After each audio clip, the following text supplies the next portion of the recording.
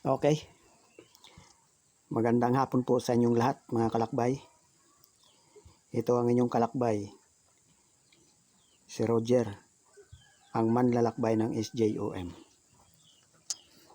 Nandito pa rin po ako sa aking kaibigan na antingero. Hindi ko na ipakita yung kanya muka. Ayan. Yan po yung aking kaibigang antingero, si Michael. Ito po ay kanyang gamit. Itong bao na walang mata. Ayan po siya. Wala po siyang mata. Oh. Matagal na raw po sa kanya ito. Ayan. Oh. Ayan. Ayon sa kanya, itong bao na walang mata, iniiwasan talaga ng bala. Umiiwas daw po talaga ang bala pag mayroon ka nito. Hindi ka talaga tamaan. Yan po ang bao na walang mata. At saka sa lahat ng mga masasamang elemento, malayo sa'yo. Hindi ka nila kayang saktan pag meron ka nito. Ito po kung napapansin ninyo, yung nilalagyan ko na yan. Yan yung balat ng bayawak. Ang laki nung nahuli nilang bayawak. Kasi itong bayawak na to, malakas manghuli to ng manok. Kahit malaking manok, binabanatan sa gabi. Kaya nahuli nila. O de, ginawang pulutan. Ayan po, kung manapansin ninyo yung isa na ito. Ito po yung kanyang matinding agimat. Yan po yung ngipin ng kalabaw. Mabuti nga po pinakita niya sa akin yan. Ayaw na ayaw niya talagang ipakita sa akin yan. Pero sa kapipilit ko, pinakita niya na rin. Oh, ayan po yung ngipin ng kalabaw. Na ayon sa kanya, kung wala yan, ngipin ng kalabaw na yan, ay mahina na siya ngayon. Mahina na ang kanyang katawan.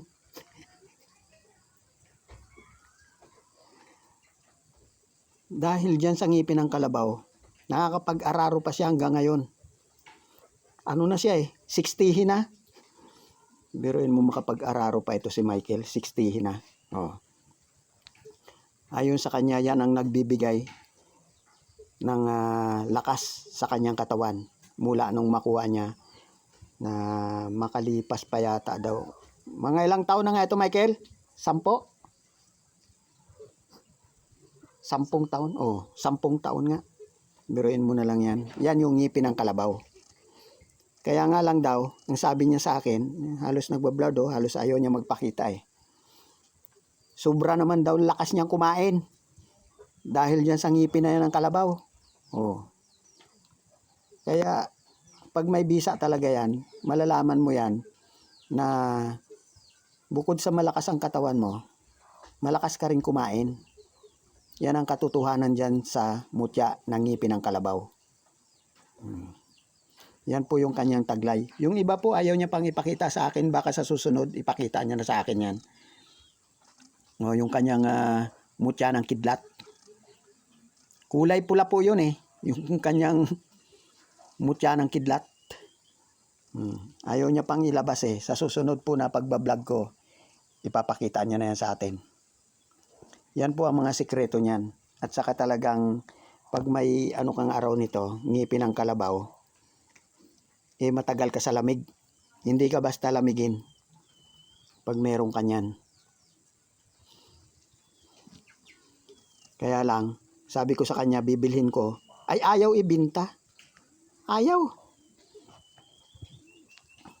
At napakahalaga raw sa kanya niyang ngipin ng kalabaw na yan. Nakuha niya raw yan doon sa kanyang alagang kalabaw. Nakita niya raw bakit nguya ng nguya. Wala namang nginunguya.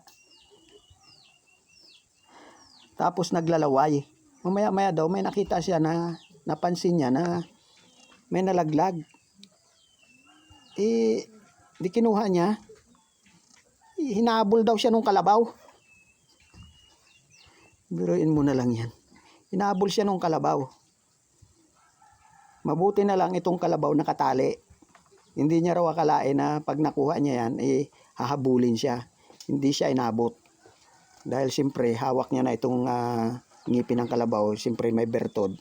Hindi na siya basta abutan. Ayan po yung kanyang agimat na pinakita niya sa akin ngayong araw na ito ng Linggo. Ika-8 ng July. Ay, 9 ngayon. 9 ng July. Nako. Ayan.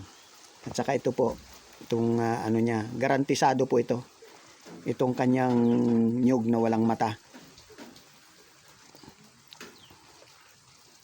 Talagang iiwasan ka ng bala pag mayroon ka raw nito.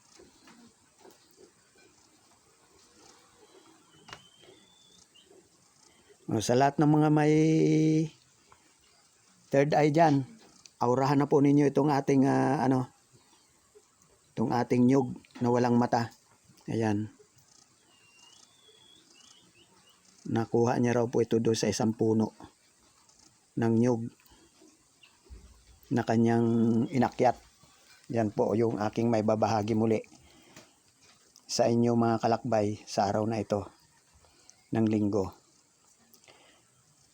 Muli, maraming salamat sa inyong lahat. Sana po mag-like naman po kayo at mag-follow. Muli, magandang hapon at maraming salamat. Ang inyong kalakbay, si Roger, ang manlalakbay ng SJOM, at ang aking kaibigan na si Michael. Ayan. Salamat po.